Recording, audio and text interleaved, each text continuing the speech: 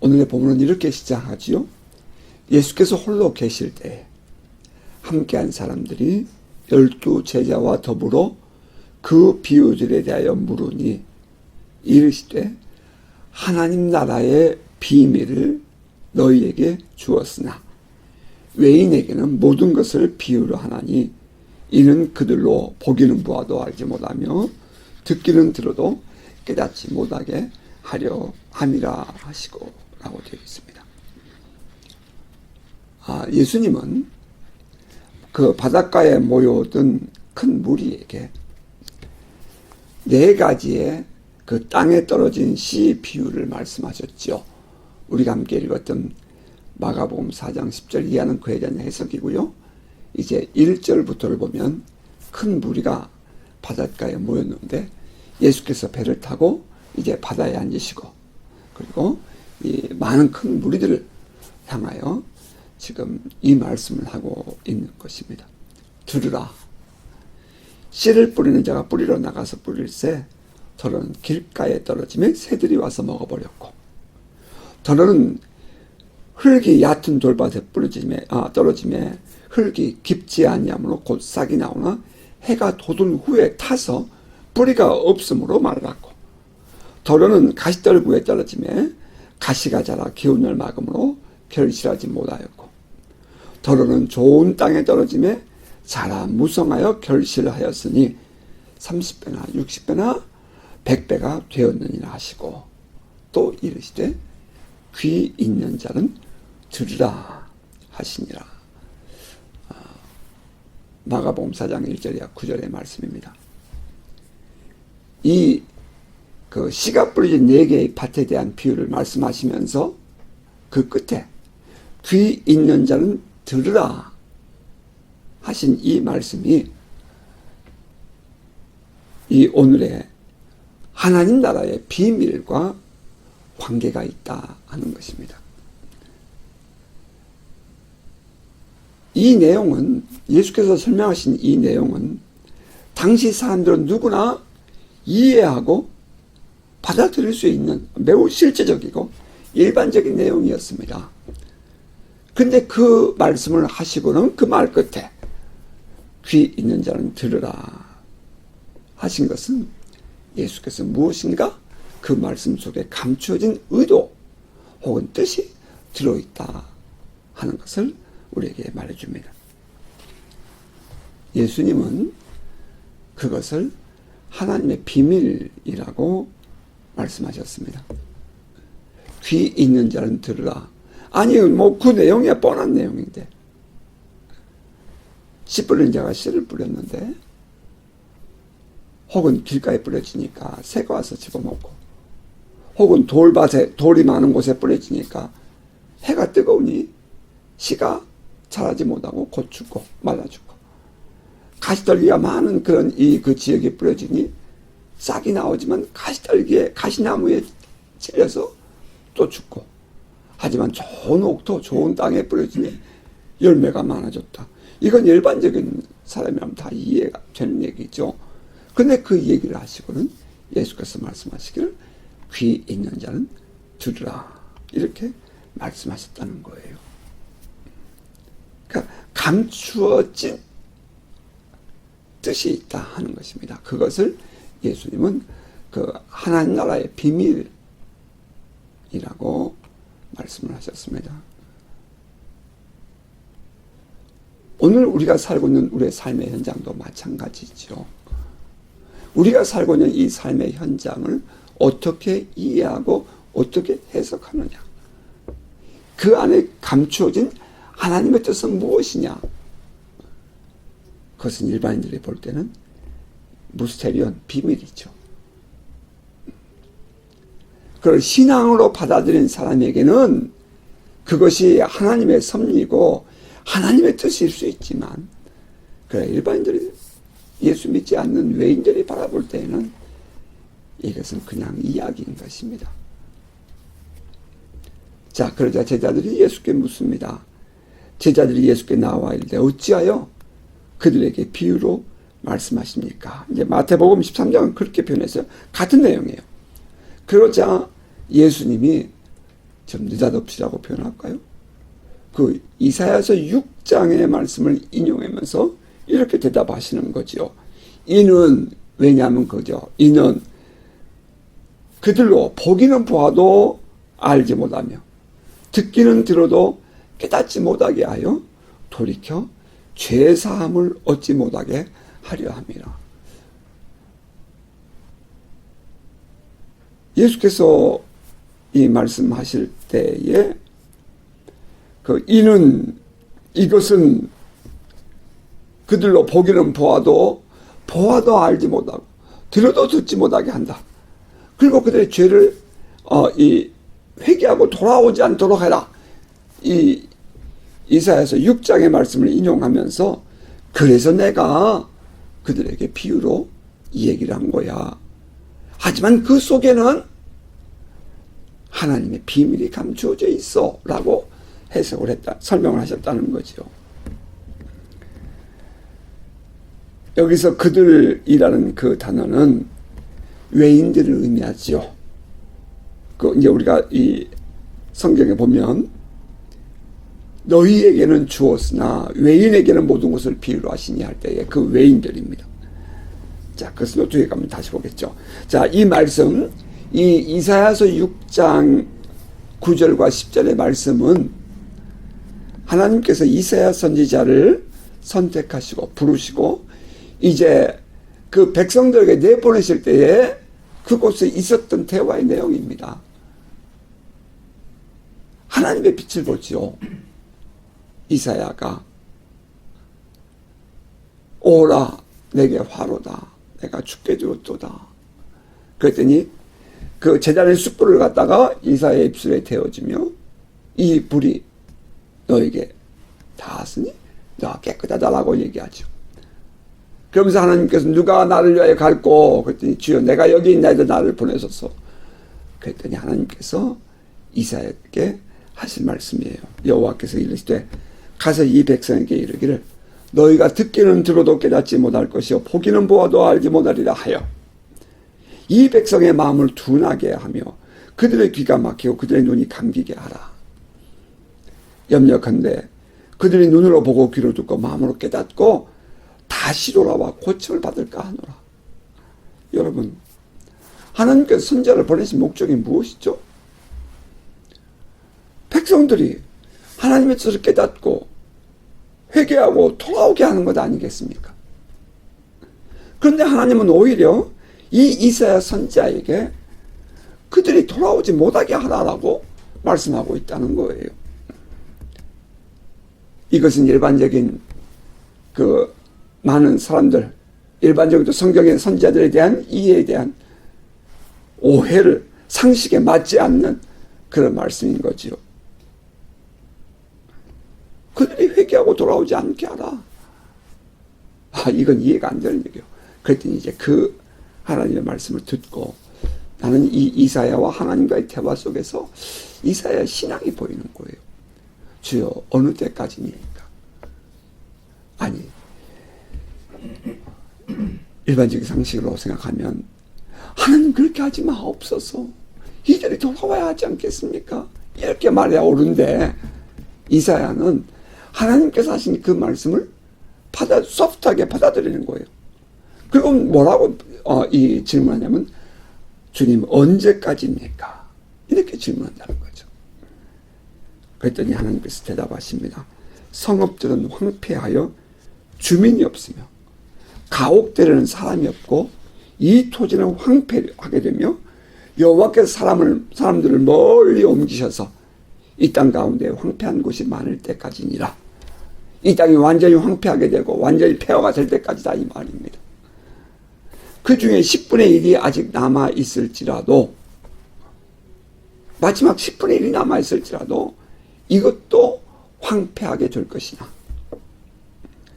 밤나무와 상수리 나무가 배임을 당하여도 그 그루터기가 남아있는 것 같이 거룩한 씨가 이 땅에 그루터기니라 하시더라. 회개하고 돌아오지 않는 이스라엘 백성들을 향한 하나님의 뜻은 그 땅의 지금 세대가 아닌 전혀 새로운 세대, 다가올 다음 세대, 곧 그루터기를 통해서 하나님의 나라를 세우겠다는 하나님의 뜻이었습니다. 엄청나죠? 오늘 당장에 이 땅의 모든 백성들이 다 붙잡혀가고 이 땅이 폐허가 된다 할지라도 그들 가운데 남아있는 그 그루터기, 모든 상소리나무, 밤나무가 배임을 당하여도 그 남은 그루터기가 내 백성이 되고 이 나라를 세우리라, 그런 얘기인 것입니다. 그러면서 하나님은 다음 세대, 다가올 세대에 대한 하나님의 마음, 하나님의 비전을 이사야에게 보여주십니다. 이 일이 이루어지기까지 백성들은 하나님의 뜻을 알지 못하게 해야 한다, 이 말씀입니다. 다시 말하면 하나님의 감추어진 뜻, 하나님의 그 감추어진 마음, 하나님의 감추어진 계획을 그들이 깨닫고 알고 돌아와서 안 된다, 이런 이야기죠. 자, 그때에 이 하나님의 감추어진 마음과 뜻과 계획, 이것을 성경은 무스테리온, 비밀, 미스테리, 비밀이라고 한 것입니다. 오늘 우리들의 삶을 향한 하나님의 뜻은 무엇일까요? 하나님의 계획은 무엇이며 하나님의 마음은 어디에 있는 것일까요? 우리는 그것도 깨닫고 묵상하고 이 아침 우리 자신을 돌아볼 수 있는 시간이 될 수 있기를 바랍니다.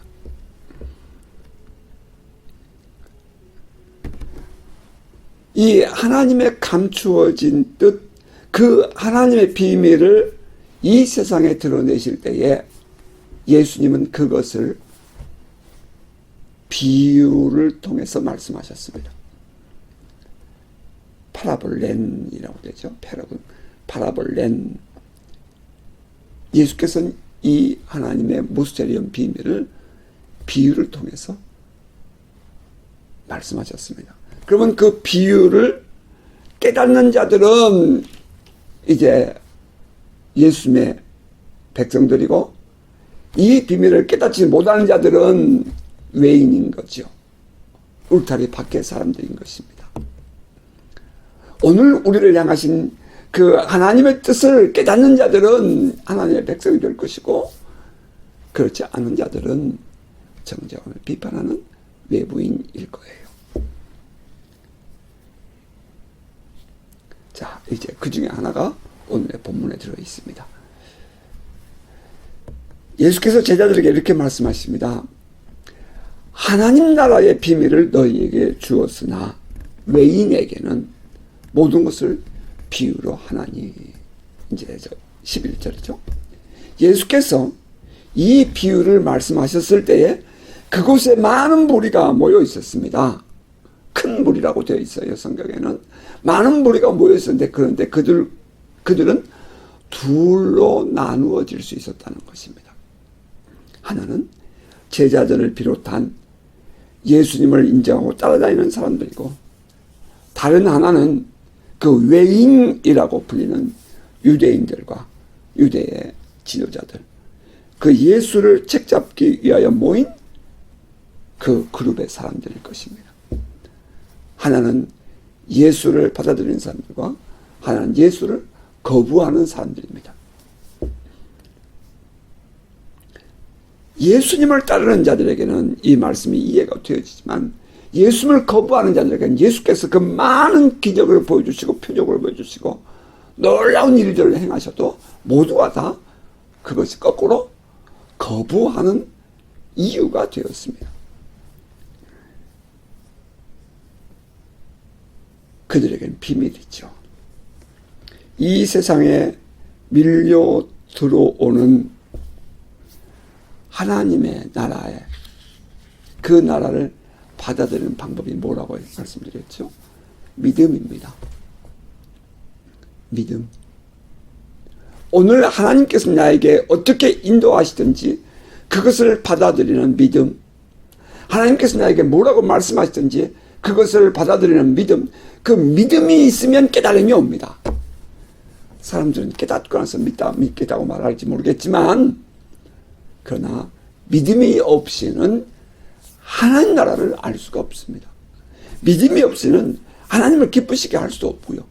믿음이 없이는 그 하나님의 놀라운 비밀을 깨달을 수가 없습니다. 그 하나님의 비밀은 언제나 우리 안에 믿음이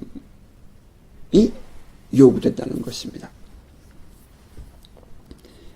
예수를 메시아로 인정하고 그 하나님 나라의 왕으로 인정하는 사람들은 모두가 다 하나같이 믿음으로 하나가 되었습니다.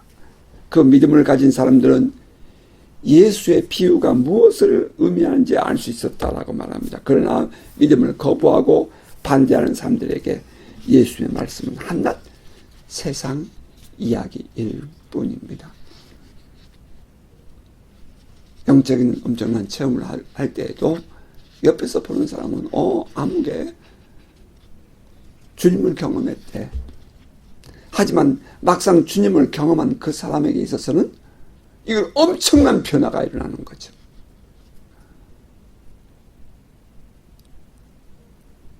저는 오늘 아침에 이 말씀을 또 계속 혼자 묵상을 하면서 우리 안에도 하나님께서 베푸신 감추어진 비밀이 있지 않을까? 어떤 이들은 은사로 감추어진 것도 있겠고요. 어떤 이들은 그들이 가지고 있는 어떤 성품과 성격, 삶으로 하나님의 뜻이 그 안에 감춰져 있는 것도 있겠고요.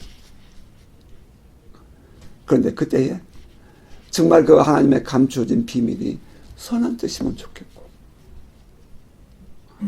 그때 하나님께서 우리 각자 나 한 사람을 통해서 이루어 가신 하나님의 그 선한 일들이 하나님의 나라를 세워가는 그런 이 하나님의 감춰진 비밀이면 좋겠다 하는 생각을 해보았습니다. 이 하나님을 믿기를, 예수 그리스도를 믿기를 거부하는 그 사람들, 예수는 그들을 외인이라고 표현했다 했어요. 울타리 밖의 사람들입니다. 믿음 밖의 사람들이에요. 세상 사람들이에요. 그런데 참 안타까운 것은 이 예수를 믿는다는 사람들이 이 울타리를 넘어갔다 왔다 갔다 하면서 그렇게 말하고 행동하고 한다는 것이 참 우리의 아픔이죠. 예수님은 그 비유를 설명하십니다. 뿌리는 자는 말씀을 뿌리는 것이라. 말씀이 길가에 뿌려졌다는 것은 이들을 가리킴이니 곧 말씀을 들었을 때에 사탄이 즉시 와서 그들에게 뿌려진 말씀을 빼앗는 것이죠. 또 이와 같이 돌밭에 뿌려졌다는 것은 이들을 가리킴이니 곧 말씀을 들을 때에 즉시 기쁨으로 받으나 그 속에 뿌리가 없어 잠깐 견디다가 말씀으로 인하여 환난이나 박해가 일어나는 때는 곧 넘어지는 자요. 또 어떤 이는 가시떨기에 뿌려진 자니 이들은 말씀을 듣기는 하되 세상의 염려와 재물의 유혹과 기타 욕심이 들어와 말씀을 막아 결실하지 못하게 되는 자요. 좋은 땅에 뿌려졌다는 것은 곧 말씀을 듣고 받아 30배나 60배나 100배의 결실을 하는 자니라. 자, 이 비유 속에 들어있는 하나님의 비밀은 무엇입니까? 그 첫째는 하나님의 나라는 말씀과 함께 시작된다 하는 것입니다. 하나님의 나라는 말씀과 함께, 말씀 안에서 시작됩니다. 생명력을 가진 하나님의 말씀은 받아들인 자 안에서 역사합니다. 땅이 생명을 가진 것 아닙니다, 여러분. 땅은 생명력을 가진 게 아니에요. 땅은 씨앗을 품고 자양분을 제공하고 자라게 하는 역할만 할 뿐입니다. 우리 안에서 우리를 자라게 하는 것은, 우리를 변화시키고 우리를 성숙하게 하는 것은 바로 씨앗되는 말씀 안에 능력이 있는 것입니다. 우리가 하나님의 말씀을 듣고 읽고 묵상해야 될 이유가 여기에 있습니다. 우리가 많은 시간을 통해서 단순히 그냥 나의 생각의 변화, 단순히 어떤 교훈, 뭐 선한 사람 되는 것, 어떤 도덕적인 사람이 되는 것, 뭐 좀 지혜롭게 살아가는 것, 그러한 것들은 진정한 변화라고 할 수가 없는 거죠. 진정한 변화는 이 생명력을 가진 말씀이 내 안에 들어와서 자라는 것입니다. 그래서 그 말씀이 나의 인생을 바꾸고, 그 말씀이 나의 가치관을 바꾸고, 그 말씀이 나의 삶을 바꾸는 것입니다. 매우 중요한 이야기예요. 왜 우리가 성경을 읽고 성경을 묵상하고 성경을 통해서 하나님의 음성을 들어야 되는가 하는 것입니다. 말씀을 계속 받아들여야 우리는, 우리의 영혼은, 또 우리의 이 삶은 하나님 나라를 더 우리 안에, 하나님의 통치를 더 우리 안에 이룰 수 있는 기회를 제공하게 됩니다. 그러므로 하나님 나라는 말씀과 함께 옵니다. 반복하지만 그 생명력은 말씀 안에 있습니다. 명심하십시오. 자, 두 번째, 이 하나님의 나라는 계속해서 지속적으로 성장한다 하는 것입니다. 어떤 이들은 넘어지고 성장하지 못한 경우도 있죠. 하지만 또 한편에서는 계속해서 성장해 가고 있다는 것입니다. 하나님 나라는 예수를 믿었다고 한순간에 끝나는 것이 아닙니다. 모태신앙이라고 하나님 나라가 시작되었다. 예, 시작은 되었지만 거기서 끝나는 것이 아니에요. 내가 예수를 믿었다고 모두가 다 끝나는 것이 아닙니다. 이제 구원파지요. 그렇게 되면 믿으면 모든 것이 끝나는 것처럼. 아니죠. 우리의 믿음은 계속해서 성장해야 합니다. 여기서의 성장이라는 단어는 그 개인적인 신앙의 성숙을 말하기도 하고요. 그 하나님의 통치라는 그 위대한 하나님의 다스리심이 계속해서 더 왕성하게 드러나는 것도 포함합니다. 하나님께서 우리의 기도에 응답하셔요. 이것은 하나님의 개입하심 아닙니까? 하나님 나라가 우리 안에 이루어질 때 하나님의 왕되심이 드러나는 것은 내가 꼭 1등을 해서 하나님께 영광을 돌리는 것이 아니라 내 모든 삶에 하나님의 뜻이 이루어지는 데에서 우리가 하나님께 영광을 돌려야 한다 하는 것입니다. 하나님의 나라는, 우리 안에 임한 하나님의 나라는 건강하고 더 왕성하게 자라야 합니다. 이것은 은사가 자란다는 뜻만은 아닙니다. 이것은 도덕성이 더 거룩해 있다는 것만을 의미하는 것은 아니죠. 구체적으로 하나님께서 내 가정에 왕되심이 드러나고, 하나님께서 내 직장에 왕되심이 드러나고, 하나님께서 나의 모든 삶에 왕되심이 드러난 삶이 더 강하게 임하는 것. 어떤 분들은 우리 권사님은 기도하면 능력이 더 있어, 기도의 응답이 빨라. 예, 예를 들면 그런 것처럼 말이죠. 하나님의 통치하심과 하나님의 다스리심이 더 빨리 올 수 있는, 구체적으로 드러날 수 있는 그러한 삶을 사는 것, 그것이 성장입니다. 우리의 믿음도 자라야 하죠. 믿음도 자라야 합니다. 정말 하나님께서 구체적으로 하나님의 손을 우리 안에 드러낼 수 있도록 우리의 믿음도 자라야 돼요. 우리의 신앙생활도 성숙되어야 합니다. 세상의 가치관이 아닌 기독교적인 가치관을 가지고 사는 것입니다. 눈이 바뀌는 거예요. 날마다 말씀 앞에 서서 스스로를 돌아보고 순종하는 삶을 살아야 하는 이유가 바로 여기에 있습니다. 성장해야 한다는 것입니다. 궁극적으로는 진정으로 하나님의 뜻이 이루어질 때까지 우리는 성장해야 합니다. 주기도문에 있는 것처럼 Your will be done. 주의 뜻이 이 땅에 이루어집니다. 그날까지 우리는 성장하는 것입니다. 자, 그리고 이 하나님의 모스테리움 비밀 안에, 하늘나라의 비밀 안에 들어있는 또 하나는, 하나님의 나라는 우리들의 반응을 요구한다는 것입니다. 리액션. 우리들의 반응. 하나님께서 일방적으로 침노하고 들어온다 해서 모든 것이 끝나는 거 아니야. 진짜 하나님께서 일방적으로 딱 침노하고 들어와 버리면 이제 끝나는 것이 마지막 날이죠. 엔타임이죠. 마지막 날이죠. 그러나 그동안에 살고 있는 우리에게는 언제나 이 성장해가는 과정 속에서 우리에게 언제나 요구되는 것은 바로 우리들의 리액션, 우리의 반응이라는 것입니다. 하나님의 통치는 물론 거침없이 밀려옵니다. 그러나 그 하나님의 다스리심은 무조건 아무에게나 임하는 것이 아닙니다. 물론 어떤 분들은 이렇게 말할 수 있겠죠. 보편적인 은혜. 하나님께서 햇빛을 주시는 것처럼 모든 사람은 똑같이 그렇게 햇빛을 주지 않느냐. 뭐 그것도 물론 이해는 합니다. 그러나 그렇다고 해서 하나님의 다스리심이 모두에게 같은 의미를 갖는 것은 아니라는 것입니다. 똑같은 이 비유의 말씀도 어떤 사람에게는 그냥 현실적인 얘기고 어떤 사람에게는 영적인 의미가 있는 것처럼 말이죠. 이 하나님 나라가 우리에게 임할 때에 그 하나님의 그 나라가 하나님의 다스리심과 하나님의 말씀이 우리 안에 임할 때에 그에 대한 반응에 따라서 성장하기도 하고 혹은 퇴보하기도 하고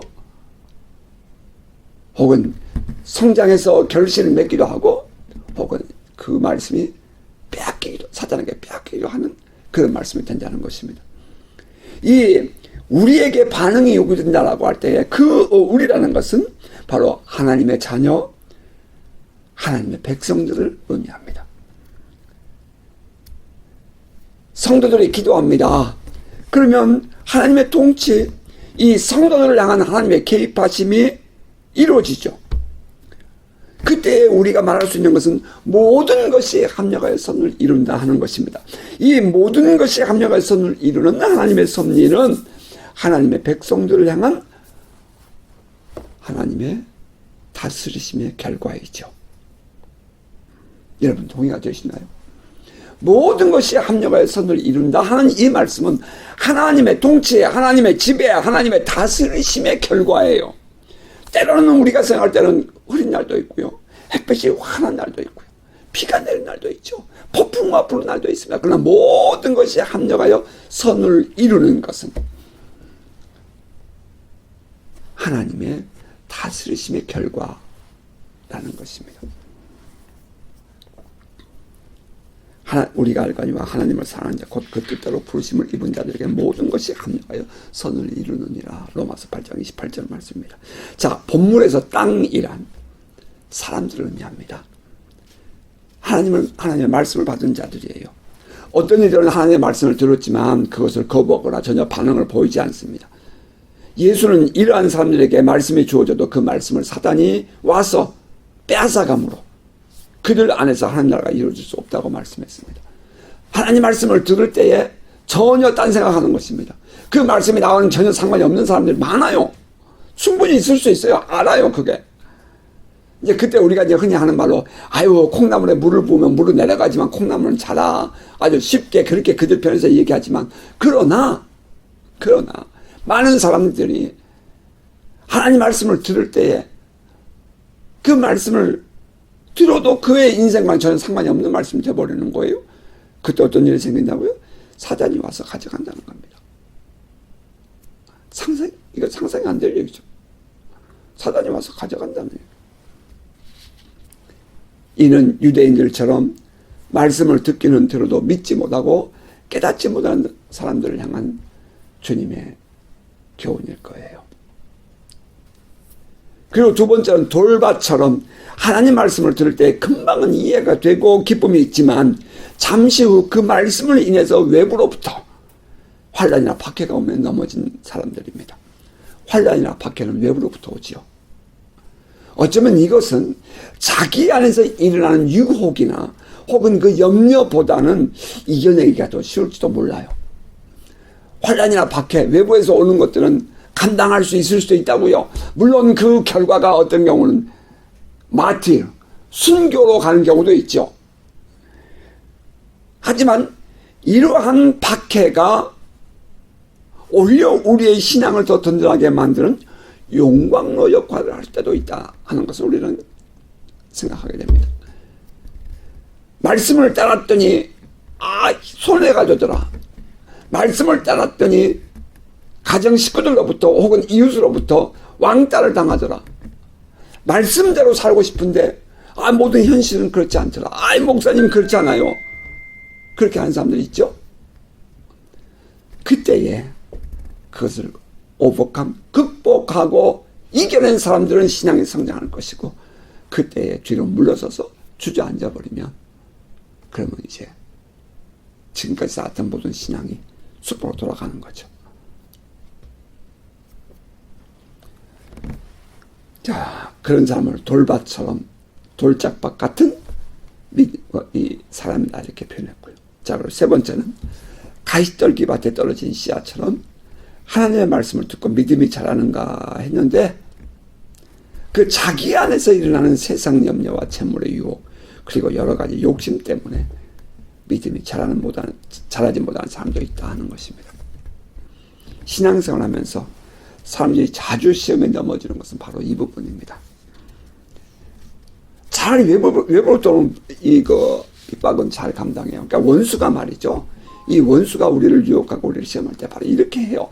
외부로 들어오는 박해는 감당하게 해요. 감당할 수 있어요. 이겨냈어요. 그런데 문제는 뭐예요? 그 다음에 문제예요. 내 안에서 밀려오는 어떤 유혹들, 내 안에서 밀려오는 어떤 염려들. 이게 우리들을 넘어지게 하는 또 하나의 원인이 된다는 거예요. 이 싸움을 이겨내야 우리는 비로소 진정한 승리자가 될 수 있는 것입니다. 자, 종교의 목적, 일반적인 세상에서 말이죠. 종교의 목적은 무엇인가? 라고 할 때 종교의 목적은 자기 자신의 뜻을 이루기 위하여 신을 이용하는 것입니다. 자기 자신의 뜻을 이루기 위하여 신을 이용하는 것. 이게 종교예요. 종교인들은 일반적으로 자기의 욕심을 채우고 자기의 꿈을 이루고 세상에서 성공이라 말하는 것을 얻기 위해서 종교 생활을 합니다. 그래서 가서 비는 거예요. 그래서 가서 빌고 가서 시주하고, 그래서 선행을 행하고 적선을 행하고. 하지만 예수께서 가르쳐 주신 참된 신앙은 자기를 버리고 예수를 따름에서부터 시작됩니다. 예수께서 제자들에게 뭐라고 말씀하셔요? 너는 나를 따르라. 너의 모든 것을 버리고 나를 따르라. 이렇게 표현했죠. 자기 십자가를 지고 나를 따르라.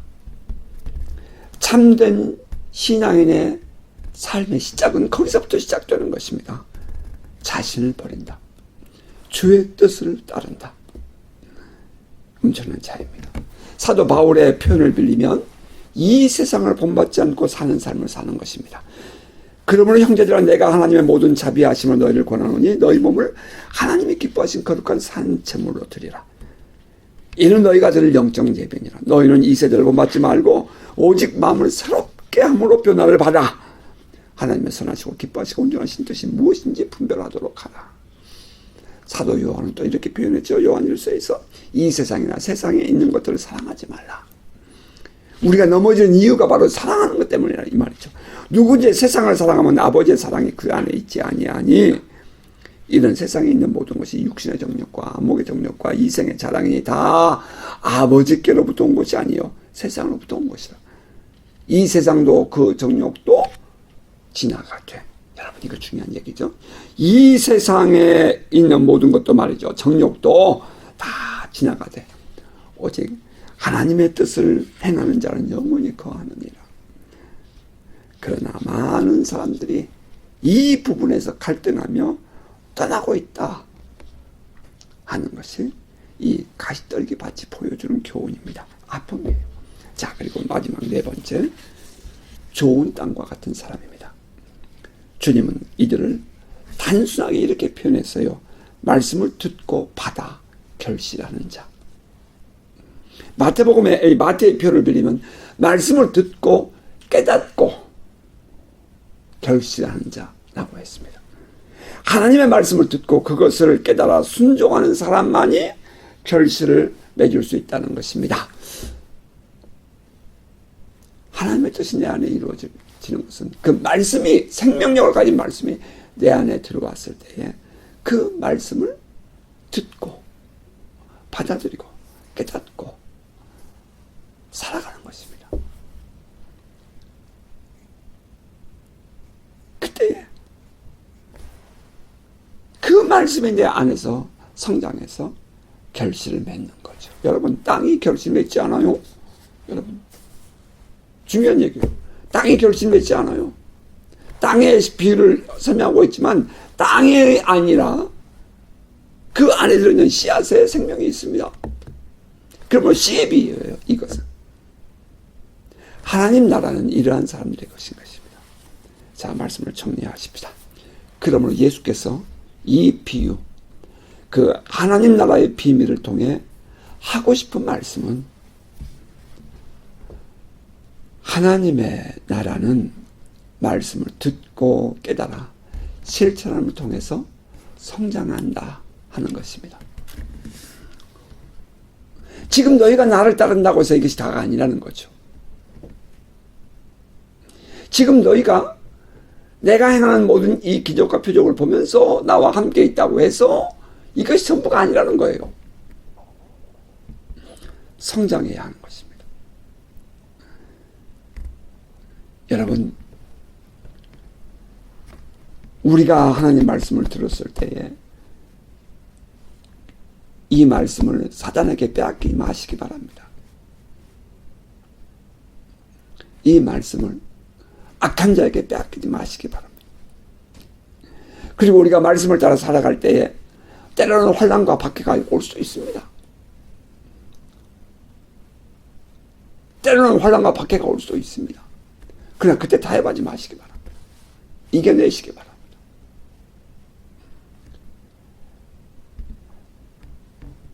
그 환난과 박해를 두려워할 때에 우리는 넘어지게 되고 타협하게 되는 거죠. 그것은 곧 돌짝밭되는 것입니다. 그리고 진정한 기독교 가치관을 가지고 믿음의 삶을 살아서 내 안에서 일어나는 이 세상의 유혹과 욕심을 이겨내고 말씀을 따라 사는 삶을 사십시다. 그렇습니다. 세상 사람들, 이 울타리 밖의 사람들과 비교해보면 참 속상한 일도 많이 있을 수 있습니다. 그러나 그때에 우리 안에 진정한 기독교적 가치관, 참된 신앙관을 유지하는 우리가 될 수 있기를 바랍니다. 이 내 안에서 일어나는 세상의 유혹, 욕심을 이겨내고 말씀을 따라 살아가는 삶을 사십시다. 목적 없이 그냥 하루하루 되는 대로 살아가는 그런 삶이 아니라 방향도 없이 그냥 죽을 날만 기다리고 있는 그런 삶이 아니라 우리의 남은 삶은 그 결실이라는 목적과 그 방향을 분명히 세우고 믿음으로 살아가십니다. 오늘 우리에게 주어진 삶은 무엇입니까? 무엇을 향한 삶입니까? 우리의 결실은 무엇일까요? 이 말씀에 우리 안에서 와서 우리 교회와 여러분의 삶에 와서 지금 이루고자 하신 하나님의 뜻은 무엇일까요? 잃어버렸던 꿈과 비전을 여러분 안에 다시 회복하기를 바라고, 여러분 앞으로의 모든 삶에 대해서 그 바라보는 열매, 그 결실, 그것이 분명해서 하루하루를 믿음 안에서 열매되는 삶을 살아가는 복된 성도가 되시기 바랍니다. 이번 한 주간도 이 영적 싸움을 승리하고 건강하게 살아가는 복된 성도 되시기를 주의 이름으로 축복합니다. 아멘.